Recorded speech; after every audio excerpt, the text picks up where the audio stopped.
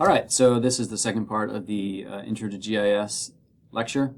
So in this part, we'll go over how to access and manipulate data in ArcGIS Online, and also look at some differences between raster and vector files. Okay, so the true power of GIS, again, is spatial data. It takes spatial data, and it has all this what's called attribute data. So attribute data is a really important term, and that refers to information about the spatial data. Okay, so let's just, this is one of those things where it's just kind of good to play around with.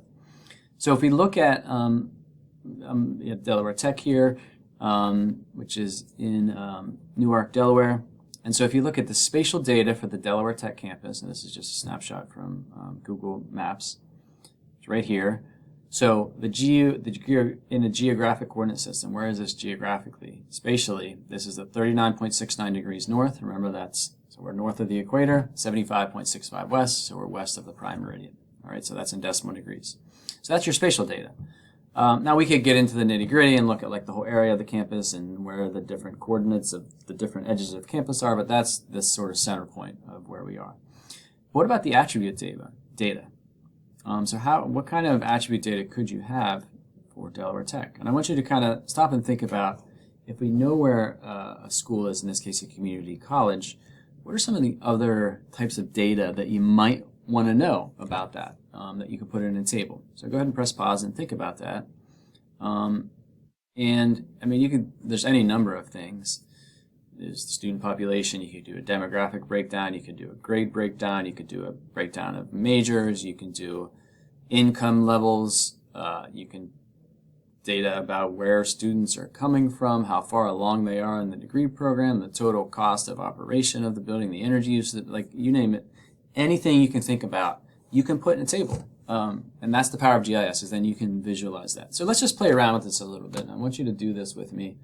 And we're going to log into ArcGIS Online. So I'm going to bring this over here.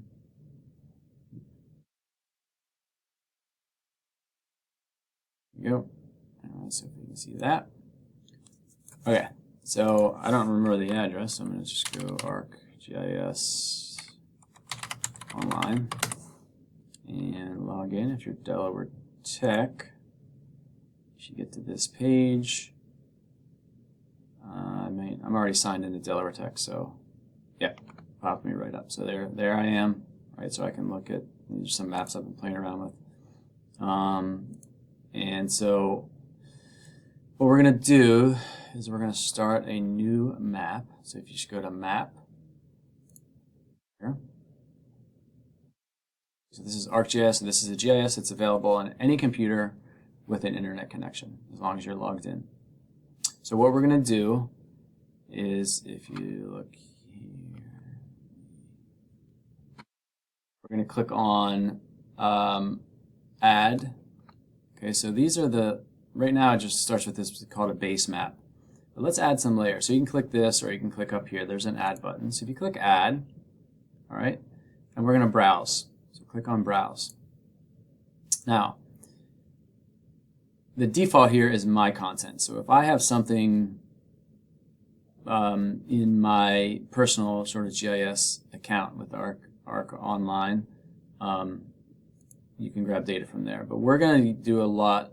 Esri, who is the company that publishes the software, provides a lot of data. So we're going to go to ArcGIS Online. So remember, you go to Add, and then you're going to Browse.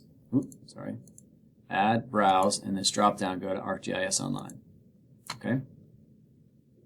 So here we can search, right? So we can search anything. So I want you to type in colleges, universities. Okay. So you can search whatever, and there's a whole bunch of information that Esri publishes. Okay, and you can see these different layers that popped up, right? So I can scroll down, and there's just a bunch of stuff.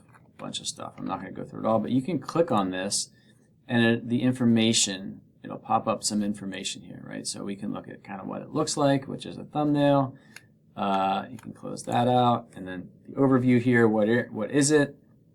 Basic description. This would be called metadata. All of this is called metadata, which are data about the data. so a description of the data. So this is a feature layer, which is a type of GIS file that you'll use a lot to make maps. And where it came from, this is where is it, is it publicly available? Is it something that you need to go somewhere to get? There's a description here, right? So a lot of information. Usually, if it's good data, you'll have a lot of information. It tells you where it's from. So this is from the National Center for Education Statistics. There's a lot of information here. I'm not going to go through it all. This is important. It's from 2021, so the currency is something you always want to know with your data. And these are web links, so you can actually click on these and access more information. All right, so there's a lot of information. Sometimes there's a lot, sometimes there's not. This tells you when it was created, how long it's been used, the URL, the terms of use, right? So, and what are the layers? It's a single layer, right? So these are all metadata. So the Living Atlas is a good source. And so we can generally trust that data. So let's go ahead and add this.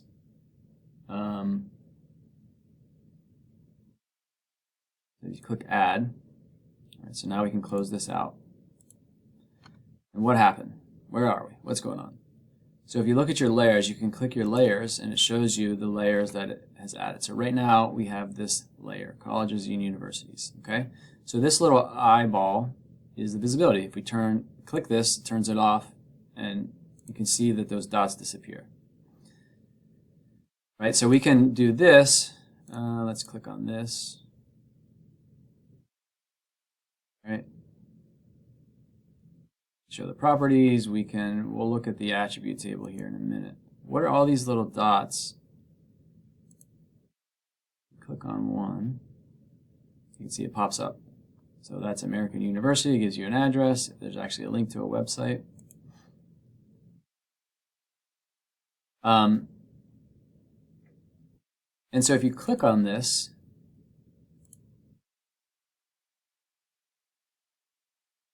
click on this, you can see it tells you what the symbology is. So symbology is how something is visually represented on a map. That's a really important term. Okay, so you can look at the properties here, or these are the part of the properties, and the symbology tells you what you're looking at. So the orange is 4 more years, blue is less than 2 years, so that would be not associate. The purple are at least 2 but less than 4, so that's an associate degree like a community college, and then gray is not available. Right? So you can change some of these things. You can change the transparency. There's all kinds of stuff. We'll mess around with that. I don't want to get into too much detail. But you can also zoom out by just scrolling, right? So I'm just scrolling with my my wheel on my mouse. So if we want to go over to Delaware, we can scroll in, right? And this is if you just left click, you can move around. So it's really intuitive. Right? So you can see all these different. There's all these different institutes, okay? All right, so you can see the spatial data here, right? So here's some spatial data. But what about the attribute data or the tabular data? Well, if you can either click on the tables, or no, sorry, you have to add tables here. Here you click on these 3 dots and hit show tables. All right, let's close this out.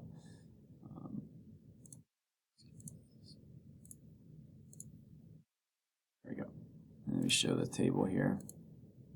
Okay, so here's the table.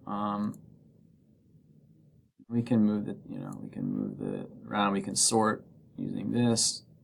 All right, so we can sort ascending or descending. So you can see it starts with Z. You slide over. You can see there's a lot of columns here.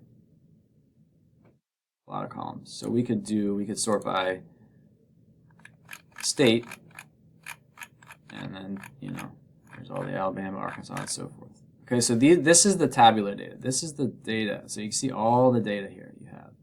I mean, there's all kinds of stuff. So not-for-profit, is it historically black? Institution, is it tribal college? The size. I mean, there's just column after column after column. Okay, so that's, again, the power of the GIS. You have these little dots here. They're like, hey, here's where these colleges and universities are. But behind that, you have all of this tabular data, and you could pick and choose what you want to visualize. and actually what's in the pop-up. So you can change what's in this pop-up as well. Okay, we'll go over that later. Okay, so that, again, spatial data, attribute data. So this table here is all the attribute. This is called attribute data. Okay, and it also inherent in there is spatial data. Okay. So let's look at something else. So we looked at all the colleges and universities, and all of the metadata. So let's see how we can add layers. So again, one of the powers of GIS is you can add different layers of data on top of other layers and sort of move them around. So we're going to look for renewable energy power plants. Let's bring this back. Okay, so again, we want to add. We're going to browse, and we're going to go to ArcGIS Online. Okay, we're going to search renewable energy power plants. Type that in. Okay. This is a good one here. So if you look here, it's from the Living Atlas. It's publicly available. Okay. So let's go ahead and add that one. So we're going to add that. Let's close this out. Okay, so now, if we look at our layers, we have this layer, the renewable energy plants, and the college and university. So let's scroll out a little bit, and you can see a lot of information here, okay? So all of these symbols you can see are indicated here. So anything that's in green, we're going to zoom in a little bit just so we can see these. That's biomass. Geothermal, not much, because geothermal is not a big way to generate electricity. A lot of hydro. Look at all the hydro all over the place. All these wind turbines. Solar all over the place. Tidal. Okay? So now we have two layers of data. And right now, the renewable energy is on top. It's physically on top of the college and university. So you really can't see, you can sort of see the colleges and universities behind. So if we click on that, see how the symbology pops up over here for colleges and universities. So it's pretty hard to see. If we wanted to just get rid of that, we can actually click the visibility button and see how they all disappear. Now they're still there in the map, but we're not looking at them right now. Okay? And so now you can turn them on, we can turn this off. Now we just see the colleges and universities. Okay? Pretty intuitive. You can also drag these up and down. So right now the renewable energy is on top. But if we want to drag this on top, then you can see how now it's over top. So let me reverse that order and watch how now they're behind the renewable energy plants. Okay. Right. So again, we look at the attribute table here for our renewable energy plants. We can make it bigger. And this is in North America. You can see all of these different latitude, longitude. So there's your spatial data, where it is, the county it's in, sometimes the state or province. Capacity, the type, right? So this is all, look at all these columns. So these are all part of the attribute table. Okay, and we can close that out. And then what we can do is we can click, so let's zoom in, let's just see what's in Delaware, just for the heck of it. So what's down in Dover? It's a solar plant. So now this is all, looks like everything that's in the attribute table is in this pop-up. So again, you can dictate what goes in the pop-up. Okay? And so we could actually do things like open the table, and we can zoom out, and we can actually hide some of these fields, right? So there's a lot you can do that we'll do more as the semester progresses. But I just wanted to give you a sense of what you're really seeing here is based on the attribute table that's sitting behind that spatial data. Okay. So you can do a lot with the data. So let's take a look here. Let's see if we can filter. So on the right-hand side, you want to do filter. So let's see if we just want to see just the solar plants, right? So let me get right. So on the side, you have all these different tools, and you can play around with these, and we will. But we have a filter. So the key here, this is really important. If you want to filter a layer, make sure it's selected. So if we want to filter the renewable energy layer, make sure that that is selected. And so we can go to this filter button, and we can add a filter. And let's just say we want to see all the solar plants, just solar. So we have primary energy, renewable energy source is solar, and see what happened. Everything disappeared except for the solar. Right. So let's delete this. Just see how the map changes. Right. So all the plants are there now, and so if we add one, we can say, all right, we just want the solar plants. Sorry. Solar, and then we can say, all right, I just want to see the solar plants in Delaware, so we can add another filter. And so the state is, let's just go find Delaware. We could search if we want, but I pass it. Just Delaware. Right? So now you see it eliminates everything except for the Delaware solar plants. You could add more and more filters as much as you want. We could do it size, capacity, age, whatever. So again, anything in that attribute table we can filter by.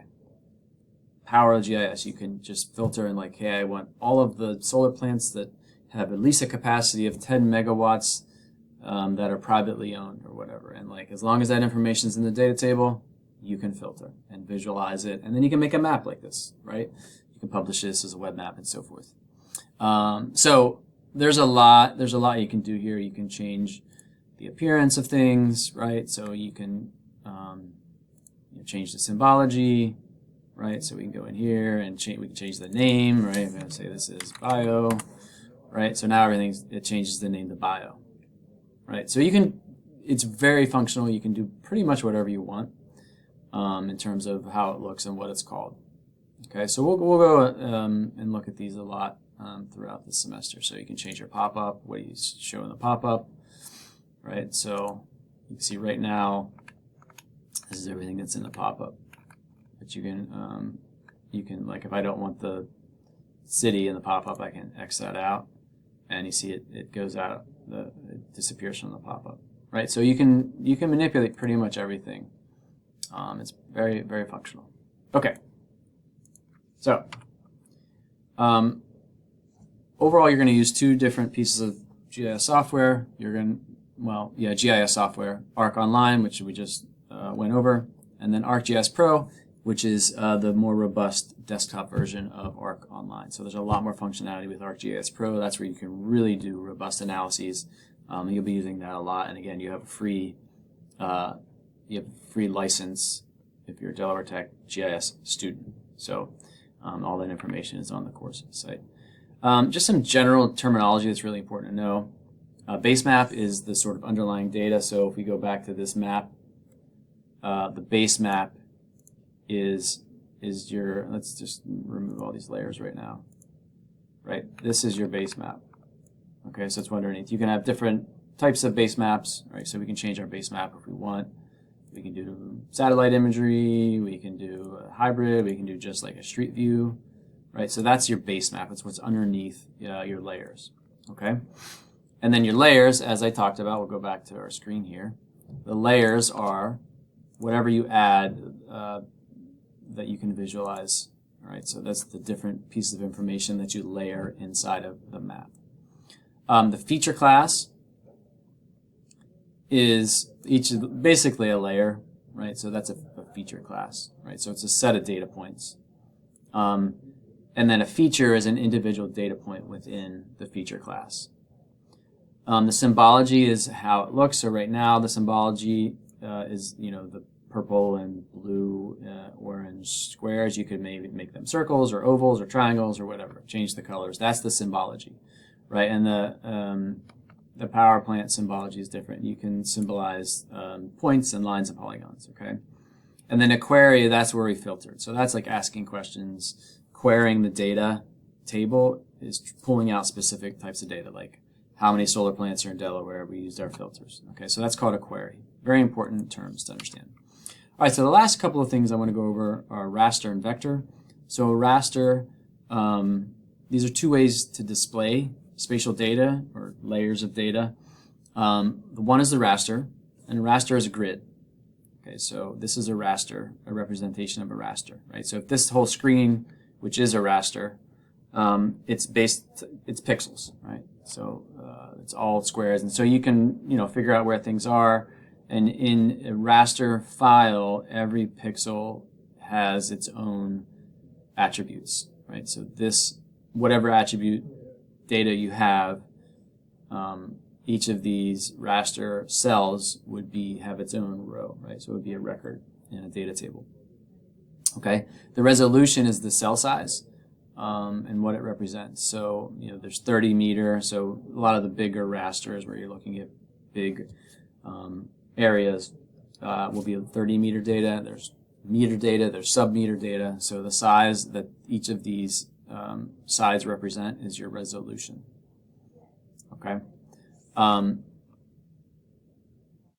that becomes really important when you're displaying data, right? So if you look at this shape, for example, and you have a high resolution, you get it pretty close to the exact shape.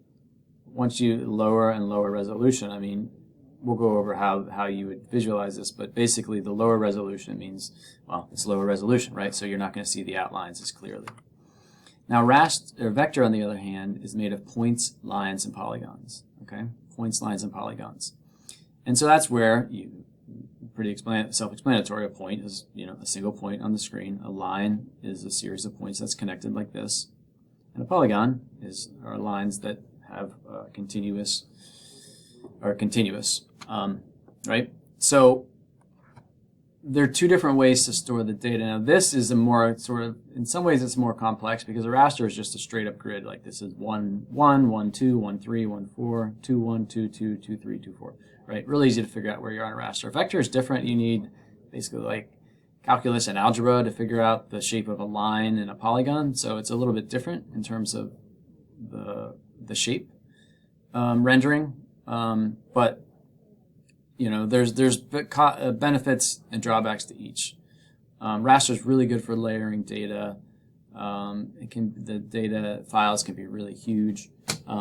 Vector is really good for accuracy shapes. Like if you're drawing a road file, right, on a GIS, you're going to want it to be a vector because it's a continuous, like smooth line. Whereas a raster, you're going to end up something choppy like this. So most likely you're going to want that. So there's different advantages to each, and we'll talk about that in more detail later. So raster is really good for what's called continuous data, like elevation and temperature and pressure, things like that. Okay. All right. So again, we'll get into that in more detail later. Okay. So that's it for this session. Hopefully you have a general understanding of how to use ArcGIS online, some of the different aspects of spatial versus attribute data, and then also a sense of raster versus vector layers.